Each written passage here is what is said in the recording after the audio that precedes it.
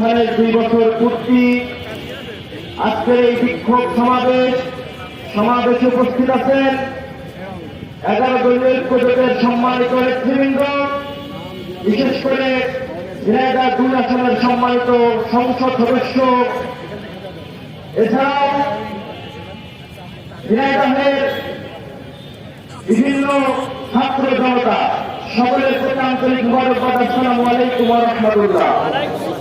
সম্মানিত উপস্থিতি, বাংলাদেশের দীর্ঘদিন এই ফ্যাসিবাদ ব্যবস্থা প্রতিষ্ঠা